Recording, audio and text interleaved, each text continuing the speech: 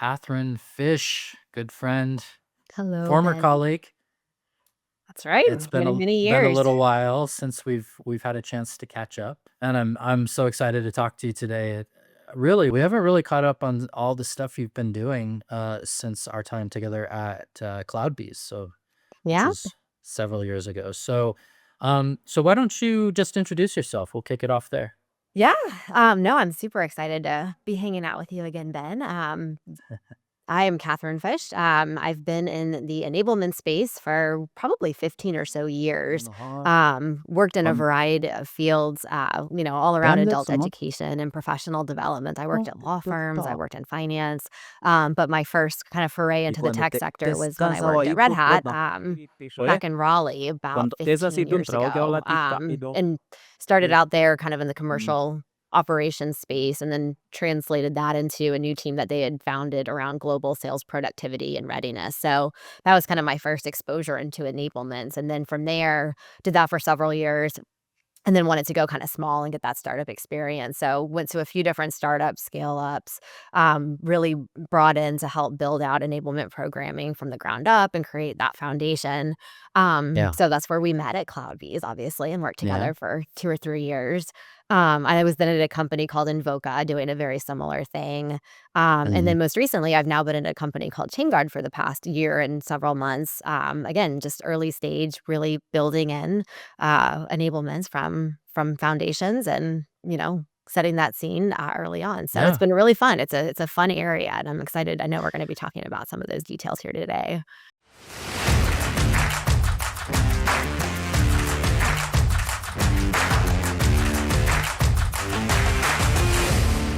I think in a chain guard, Mhm. you were the first real enablement, like full-time Correct. enablement, right? Yep. Yep. Yeah. Okay. Founding member. And founding member, that's always an adventure. So when you got in there, what did you tackle first? Like, how did you start to approach enablement as you got in there? Yeah, so it was fun. I joined in December, and I was first tasked, honestly, kind of before I started even. They were thinking about holding their very first sales kickoff in February. So I had about 6 weeks to help plan that. But it was a great, honestly, forcing function to dig in to really work with the teams I knew I would be partnering with heavily on just getting kind of baseline content built, messaging, Mhm. getting them thinking about sort of the enablement, how this would be looking from a programmatic approach. So I'd say right out Sure. of the gate, sales kickoff was kind of the first big baby. And then, Yeah. soon after that, and similar to a lot of the other companies I've worked for, hiring across go to market. There was very much a compelling event to start hiring across sales. So creating the onboarding and ramp programming to help meet those hiring needs, I'd say was second priority. Um, Okay. yeah. Okay. We went through that, So I was gonna say CloudBees too, it was similar. yeah. Oh yeah. Yeah, We just definitely. Yeah. We saw that. And it's not, I think it's pretty common, right? Like mhm, one of the first things you come in to do is kind of build that onboarding program. So you mentioned, like, as you came in, starting to work with like the different functions and people you were going to be working closely with. Like, can you talk about a little bit about like the different teams that you're mhm. working with on a regular basis and how you engage and any best practices in that you've seen? Yeah, I think in my experience, I always find there's kind of 3 big areas, and where you really wanna spend time cultivating really strong relationships. One is with your sales leadership, of course. Everything setting priorities on, again, skill gaps, things that the field is needing, just really understanding, I think, the forums that they have with their teams too, so that from an enablement perspective, you can fit into that, just communicate effectively, making sure you're sharing information in the best way possible. And then I'll go back to just to the prioritization, right? And they are hands on. When I've done this, it's been very small teams and frequently a team of one where I'm supporting all these different, teams within sales. So needing to rely on them for that, ongoing reinforcement. Um, so the sales leadership, I'd say, is absolutely critical. The second group of folks I partner closely with is sales engineers. especially with the Okay. technical sales that we're all familiar with. Having them help support. I think they have a unique lens too because they're seeing and can communicate and articulate things from the value perspective as well as the technical perspective. Sure. I will pull them in frequently as SMEs for a lot of the programming we create. They are also front row seats to sales calls and reps and customer facing. So having their Yeah. kind of insights on how the sales teams are performing, where reps might be struggling, what are the customers saying and asking. It's just a really great feedback loop for again how we can create more targeted content and relevant programming. And then the third piece I'd say is product marketing. And I gave a talk, I think a year or so ago at the Revenue Enablement Society in partnership with one of our product marketers at my former company, just on the importance of that relationship. And again, they are the SMEs in the market, the industry. So taking everything that they are creating, helping to influence what that should look like. As it Yeah. serves sales, and then giving them sort of that visibility into the sales side as well. I think, we have a unique function where we're able to tie both of those sides of the house together. So product marketing for sure. They are my best friends in many, many situations.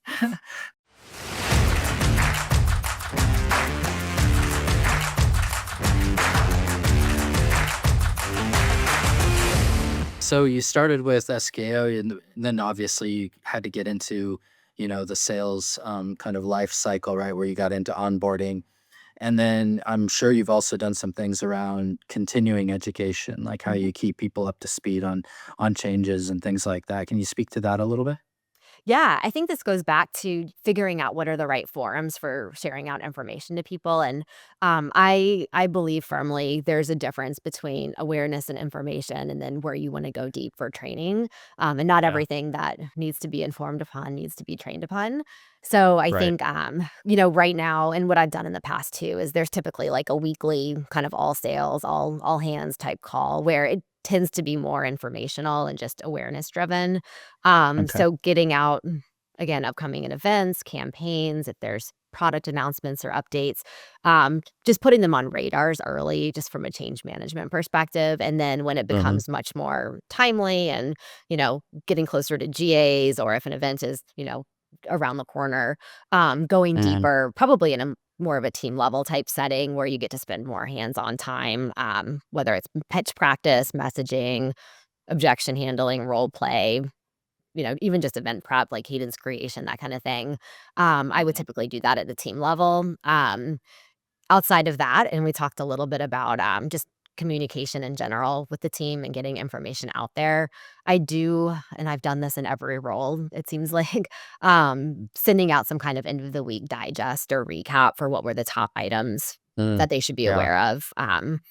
Linking out to Yeah. resources, additional material, really just helping to hone in their attention on the things that are gonna be driving the most impact and things they need to keep top and center of their minds.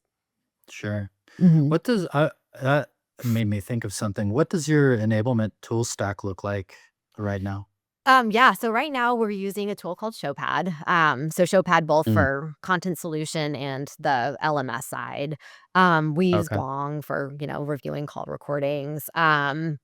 There's a variety of outreach and prospect tools that we're using, but for enablement, it's pretty much Showpad right now. Okay. Okay. Always And looking and that's eager though to explore, yes, the different tools that are out there. yeah, there's a lot happening, Mhm. especially with the AI and things that are going on, Mhm. in the market. A lot's happening. So absolutely.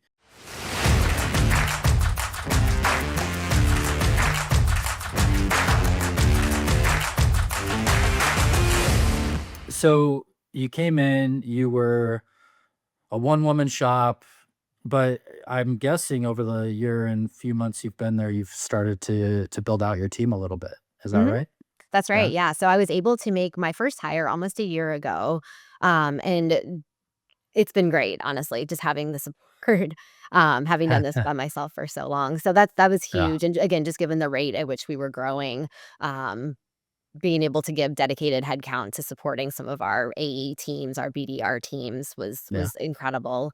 And I do have a Yeah. couple of open headcount now too as well. So just thinking through different org structures and how we want to best support, the go-to-market team more comprehensively. Okay. So Mhm. you're able to get some help, and I know recently you've even got a couple more headcount opened up, which is awesome. So you're really starting to think about how to structure that out and get everyone helping and working together. Yeah. Yeah. Yeah. Yeah, That's which is awesome. it's Yeah. it's interesting, and I'd be curious your perspective too, but, yeah, I think as you it's a great community enablement in general, and, Yeah. um, I think just talking to folks too, it's forcing me to rethink the scope of some of these roles and how they might fit together, and then tying that Really. to just the company's direction and where we see ourselves, 6 months, a year from now, like, what skill set are we looking for to help kinda meet the future needs versus, like, the right now needs, so, Mhm. I'm learning a lot, honestly, going through it and having to reprioritize things, so Yeah. Yeah. No, that's great. That's great. So we really, we come in oftentimes in enablement, we come in as these one man bands, one woman bands, and we um, come in and do what we can. And then, we start to build it out. And then we get to that point where we really do have to operationalize things. So Mhm. I wanted to get your take holistically on just operationalizing enablement and take as much time as you want. And what does that mean to you? What does it look like? And as you well know, I always think the most important thing is tactically. What are some things if someone were listening to this that they could Mhm. do to, execute on that today, right? Yeah. So, as a person who has done sort of the startup world and been the one person in the seat multiple times over, I think operationalizing is absolutely critical for your own sanity and Yeah. making things as scalable and repeatable as possible while also having to constantly pivot and iterate and build kind of hands on. So I think once you kind of figure out again what does that base layer of enablement look like? What are the needs? And again, this may be different depending on the company you work for in their growth stage. But what are kind of those key foundational elements? In my experience, it's really been around making sure people know where to go to find information, Mm. to Yeah. teach them how to fish themselves, because again, you can't be everywhere all at once. So Right. getting sort of that content structure built. Again, keeping it searchable, making sure that you've got the content to kind of fit into the key building blocks, that are gonna be the most relevant for your sales teams. When I think about content, and I've used this again in multiple places, but I think there's kind of 5 key areas I map to, one being your company and just having people get a really crisp understanding of, again, company history, why are you in existence, how does it work, what are the different Mm. teams that you'd be partnering with? Um Like the Product or culture, kind of. solution. Mhm, yeah, Yeah. product Yeah. and solution, and then industry as well, so that'd be the 3rd. The Mm. 4th is really around, I'd say, sales skills and kind of the not softer skills necessarily, but techniques, and, there's a whole lot that can fit in that umbrella. And then the 5th piece I think about is really the operational and process side of the house, and tooling typically fits into that, so as we think through enablement content and enablement support, like, they tend to fall into one of those 5 buckets. So getting that, if again, like, operationalizing enablements across the company is kinda just making sure that people understand, like, what are those key areas, those core areas. Um, as you partner with other parts of the company too and organization, like, making sure that they're clear on kind of your expectations around how they should be thinking about enablement content. So Hmm. giving them building blocks or, I mean, even templates in many cases around, like, Okay.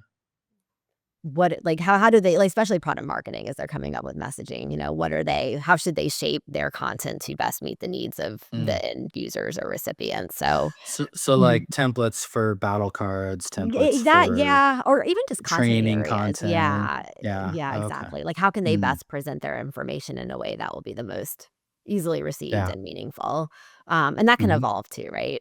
So Yeah. thinking about it from that angle, and then I think too, and one thing I'm challenging myself with more and more is just around the metrics piece of it and understanding what are the things that we want to see as outcomes and performance and behavior and productivity, and just really start capturing the data on that. Because I think what I'm learning too is like we have a really unique position in that we, especially on the new hire front, like we see a lot of people early on in their career, like we're and then seeing them grow and develop skills throughout. So how can we help define what good looks like? And maybe it's a benchmark internally, maybe it's something across the industry, but helping to bring in some of those key metrics. And then from our side, it's again really helping to get alignment on that across, I'd say, the manager front or the sales leader front?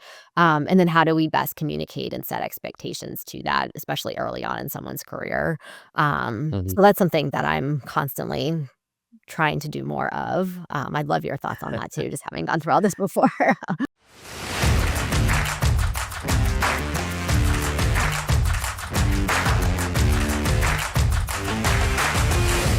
Yeah. So you touched on the metrics, right? The data. I think you and I have talked about this a million times. That's one of the most important areas that where enablement programs fall down, right? Mhm. We track a lot of enablement programs track the surface level data, the content consumed Mhm. or the pitches completed Adoption, or the yeah. training attended Mhm. versus tracking actual like metrics and KPIs and like the leading and lagging indicators that we want to see sellers doing. So how have you tackled that and what is that looking like for you today?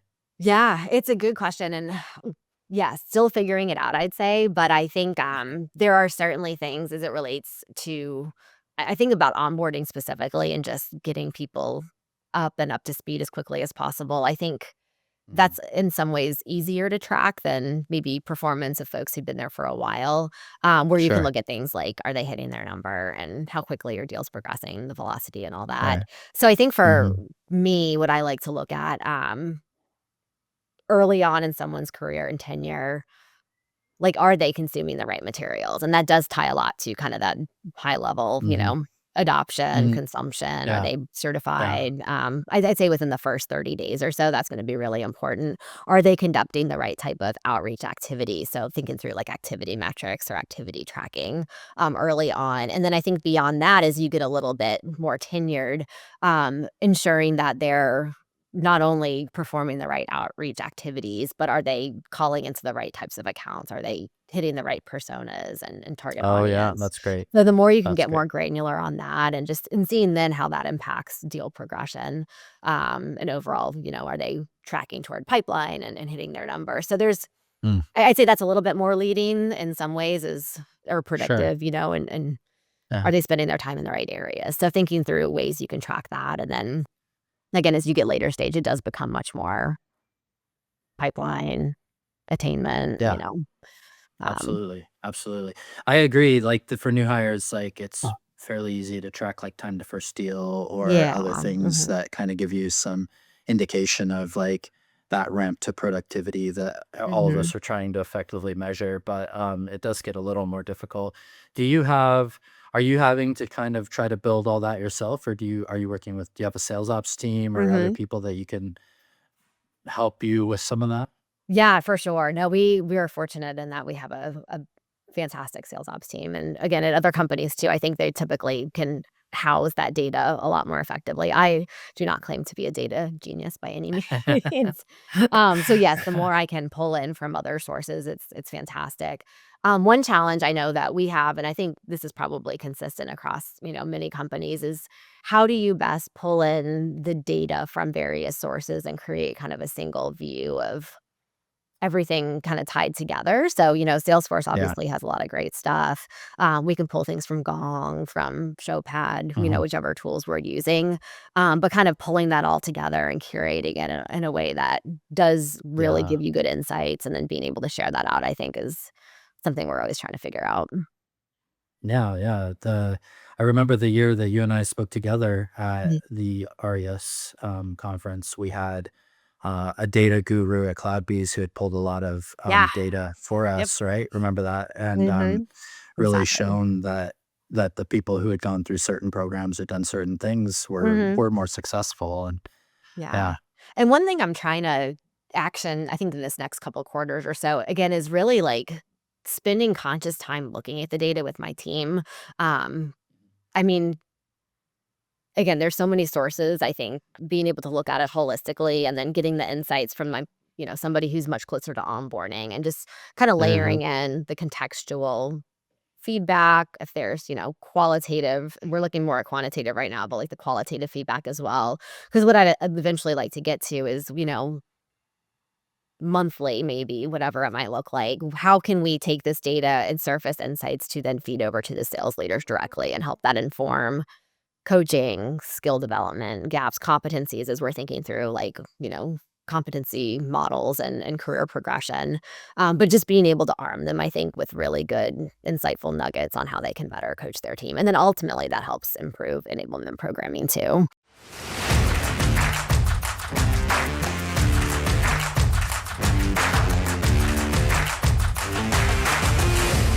So, at the beginning, you've touched on a bunch of really interesting things. I was hoping to dig a little bit deeper on some of the actual programs that you've talked about. In particular, onboarding is a Mhm. huge, one that, again, as you pointed out, all of us are doing onboarding. All of us go in as enablers. We have to build an onboarding program or revamp an onboarding program or something, right? No. So maybe you can talk about, we can start there and maybe you can talk about successful onboarding in your mind. What does that look like? Like Mhm. what, just how do you structure it? You touched on the 5 buckets of different things you like to dig in on, but like, just holistically from an onboarding perspective, what does that look like for you? Yeah, so I very much am a big believer in just the onboarding experience being a really positive thing outside of just the content and training, right? So for me, it's Sure. day one of someone's new hire start date. Like they need a touch point with our enablement crew. Um, Warm welcome, just giving them kind of an overall introduction to the sales team, go to market team. What we've done and what I also enjoy a lot is self-serve versus kinda like the live programming, especially in a completely virtual environment. As soon as somebody is up and running with their computer and all their accounts, we would assign them a learning path, within our LMS, that is role specific. So there's gonna be some great foundational information in there around, again, the company, kind of fitting into those 5 buckets that I mentioned, and then it becomes much more role specific as part of that. So that's kind of our, like, day 1, week 1, they meet with somebody, get a human touch, they get assigned their coursework, and then I'd say for the next couple weeks as they're working through that, there will be various live touch points as well with my team. Some of it might just be coordinating meet and greets with other parts of the organization. We do love to bring in top performing reps or, folks who've been there for a while in that same role and just kind of give people a chance to spend time asking questions and just getting context and data that way. And then, any chance we can get to kind of foster just again networking, understanding kind of who sits where in the organization, making those introductions and just bringing people along, I think is super important just for their onboarding experience. I've been in different companies too where, people do tend to start in like cohorts or several folks will start at once. And I think there's a huge benefit to that. Both from the learning as well as just overall onboarding experience. You kind of have your people who you started with. So that's been really, hugely successful, I'd say.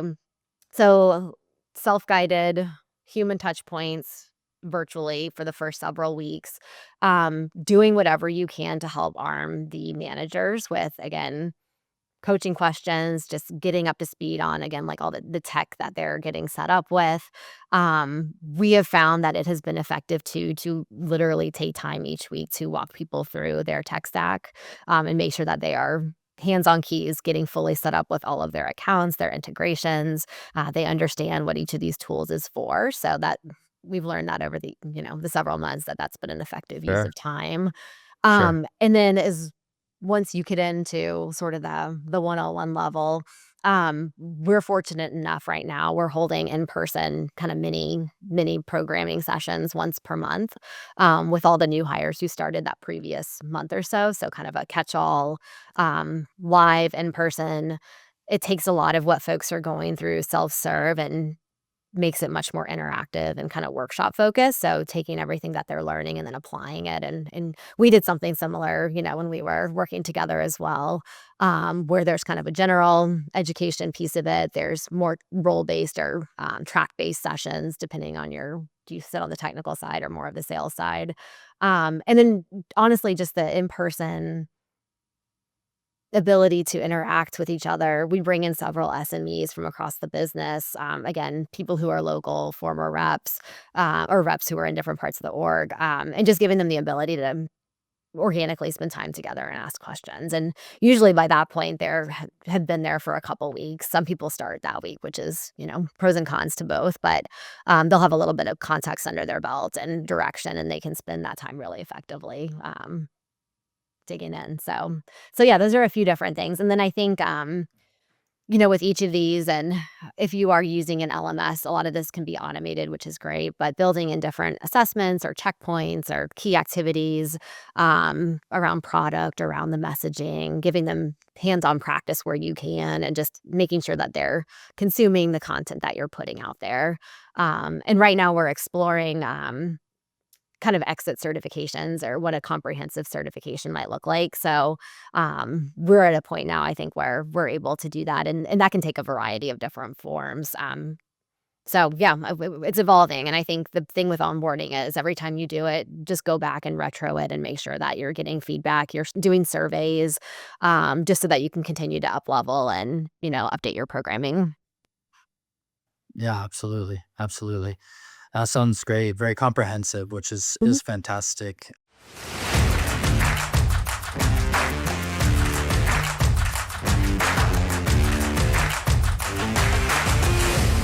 Let's go into another program then. I know when we talk about SKO, I know for a fact that the SKO you and I did together was the best you've ever done and It ever was, seen, I'm that sure. was definitely a tough one. It was so a tough one.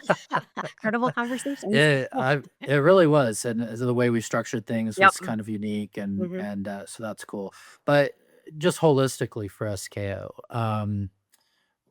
what are you thinking in terms of best practices? Like, how are you driving success Mhm. at your kickoff events? Yeah, it's interesting because I mean, every SCO you do and you do the same. Like, they're different every time, right? It depends on how business is, like how many new people you have on, where the venue is. There's just so many different variables. So I think getting alignment early on what are sort of the key objectives, and I won't say a theme, but I think objectives is more important for making the most use of that in-person time together, and getting really solid alignment on that across leadership. If it ends up being kind of a go-to-market kickoff, making sure you're representing marketing leadership and, the different teams that feed into that. So I think I always kind of go back to, there's educating. It's an opportunity to educate. It's an opportunity to really hone in on execution for the year. And then, frankly, it should be all about inspiring and motivating. So those are kind of the three things I always keep in the back of my mind. And then from there, again, just figuring out, depending on how much time you have, like, how much do you wanna dedicate it to each of those areas? Do we bring in external speakers to help motivate? Can we do this internally? And then, after a while, it kind of becomes a science, I think, on, how much time you wanna spend together each day, how long each block should take. Do we do it all together versus breakout sessions? And, there's a whole lot of things just depending on the company's, size and structure that you can do pretty creatively, but always tie it back to those 3 areas, though. Yeah, absolutely, absolutely, and the networking, and it is a time to celebrate the past, and Yeah, but also look toward the future, right? totally, and I So think, yeah, to that point, I mean, build in time for people to spend time with each other and not over-engineer it. I think every time we've done that, it's gotten such positive feedback, um, because, yeah, especially again in a virtual environment, if that's, your setup, like, they don't get that chance to do that very often, so organic time to spend time with teams, just peers, that's huge, so I'd say don't over orchestrate and build that in for sure.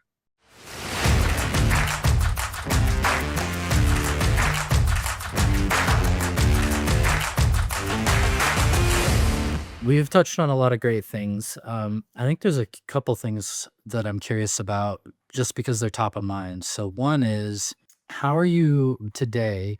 Everyone is talking about AI, and Mhm. all of us want to do something with it, and all of us are trying to figure it out. So what are you doing around that topic? Are you incorporating AI, or how have you started along that? Yeah, I think I have definitely played with it quite a bit. Anything I can do to make my job easier. That sounds so, at least to create, like there's a lot of low hanging fruit, I think, in terms of like creating program outlines or just curating information across, I don't know, not competition, like industry, like how if it gives us a starting point to then build on top of, I think that's fantastic. I'm also loving it, and most platforms and tools have this now too, is just kind of like the synthesizing and like recapping function with AI. So like pulling in a, hour-long recording of something and then distilling that down into a quick overview, helping to automate in that sense. Again, that's a huge time saver. So any kind of shortcut like that is great. There's some really neat stuff out there that I'm also exploring just around how can we um, use AI to help like an AI assistant or daily assistant for the reps on their side and just helping to curate information, questions across their various tools and tech stack, into a single area so that it just makes their life easier. So there's a lot of really cool stuff, I think. Yeah, yeah, Yeah. a lot of the tools that you're using, I'm sure, have some sort of AI functionality that they've Mhm. incorporated, but it's how do we bring it all together and make reps' lives easier is really our goal, right? Exactly, So, yeah. Tying yeah, all the different yep, exactly. Surfacing information when it's most relevant and, I think there's yeah, some really great stuff, so it'll be interesting to yeah. see for sure.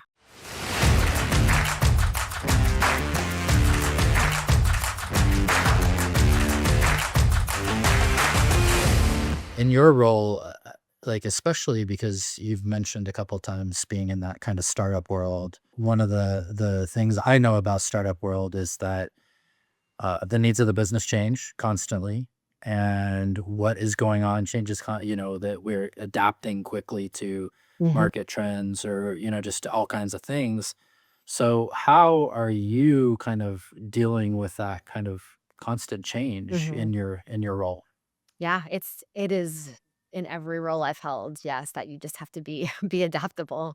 The closer and I think enablement is in a unique position too, where we because of our key partnerships and stakeholder relationships, like we see pretty holistically across the business, which is awesome. So we have a really unique purview and perspective, I think, and we're able to see what's happening, across, which is great. So with that, and ideally with clear priority from leadership and company direction, whether it's MBOs or however they track them, very much aligning our programming and content and training and everything that we're doing to those top initiatives. But it is a constant reprioritization. And obviously, if something's going to come out of left field on, the competitive front or, something's changing on our sales process, like you're going to have to pivot and update constantly. But for me, it's ruthless prioritization. And it's weekly and like daily almost. And just where am I spending my time to make the biggest impact? And you got to be adaptable, though. You got to roll with it. Absolutely, absolutely. That's not for I everyone. It's mean, not for that the faint of heart. Yeah. definitely not. That's interesting. So it almost sounds like what you said was aligning what you're doing to the company goals. Mhm. And so it's basically selling, right? Because It that's is. what we teach our Mhm. sellers to do, right? To align ourselves not to this person's pain, but to the company goals, right? Yeah, To the company's exactly. priorities. Where are So we gonna provide same the kind most of thing. value? Yeah, exactly.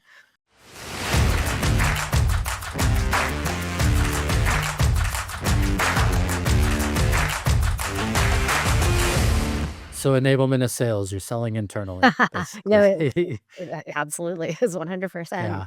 Yeah. Wow, yeah, a That's student of that's sales. great. You taught me that actually, being a student of sales as well. Oh, that's awesome. You've touched the last thing that came to my mind as you talked was around the partnership that you have with product management, product marketing, Mhm, folks like that, right? So, especially in startups, there's always changes coming, and they're taking in feedback and kind of making those adjustments. mhm. And I know your company just had their first user conference, which is awesome. So, congratulations and on that. So, do you have any just best practices around, like, obviously it's about relationships and things, Mhm. but do you have best practices around like how to stay on top of all of the product changes and making sure the field is updated Mhm. effectively? Yeah, it's a really good question, and, it is very challenging, right? So I think, again, I go back to these idea of, like, forums or whether it's communication, whether it's kind of in person, and defining those and then having product marketing kind of fit into your model there and just how you're disseminating information. So whether it's a weekly call, whether it's a end of week digest, whether it's team level, whether it's, all hands type stuff, just getting super clear and crisp on what's hitting people when, and just, or obviously the earlier you get involved in whether it's roadmap discussions or feature releases, the more you can plan ahead to when that will get hit downstream to the field and to the appropriate audience. So I think for me, I have weekly touch points with product marketing. I have weekly touch points with our technical leadership team, weekly touch points with our sales leadership too. So again, being able to see across the business, and one of our superpowers in enablement a lot of times is planning and being proactive and kind of programmatic and calendar focused. And owning that has been really helpful in terms of how we help people upstream get organized, I think. So for me, I've got, the next month or so planned out for announcements, updates, whether it's product, whether it's marketing.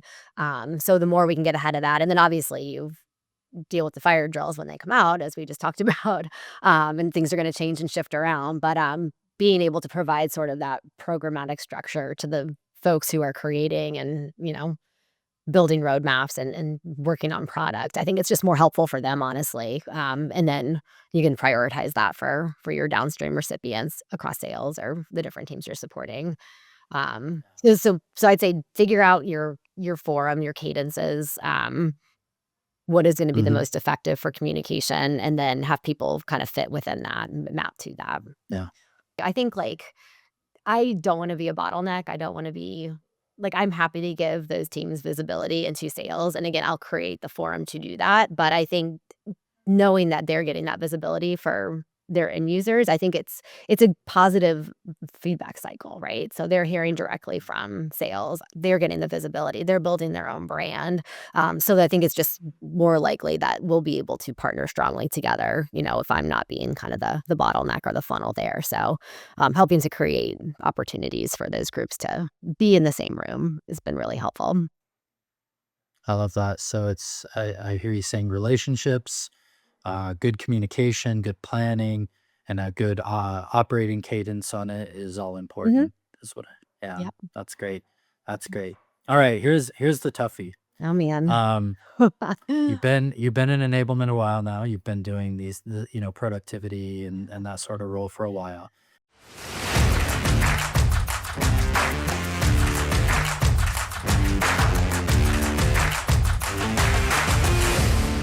So at some point in your career, you fell down. I won't call it your biggest fail. I'll call it your biggest lesson learned. What I what love is this what question. might that be? What might that be? And Oh my and gosh. how did it impact what you do? How did you overcome, or what did you do? Yeah, and I've thought about this actually. I can think of 2 examples. There's probably many, many more. But the 2 that kind of stand out for me is when I first got into enablement at a startup, and was responsible for, again, just building out the programming. There were big events, there were new hire programs, there was sales kickoffs. This was many, many years ago. Um, I didn't know what the heck I was doing, it felt like, first of all. So obviously you're kind of making it up as you go, but I think my big lesson learned was I forgot to loop in my boss at the time, that they were gonna be responsible for, facilitating and emceeing a big event in front of lots of people. I just kind of assumed that they knew that was on their plate. Yeah. Um, Oh no. Lesson learned.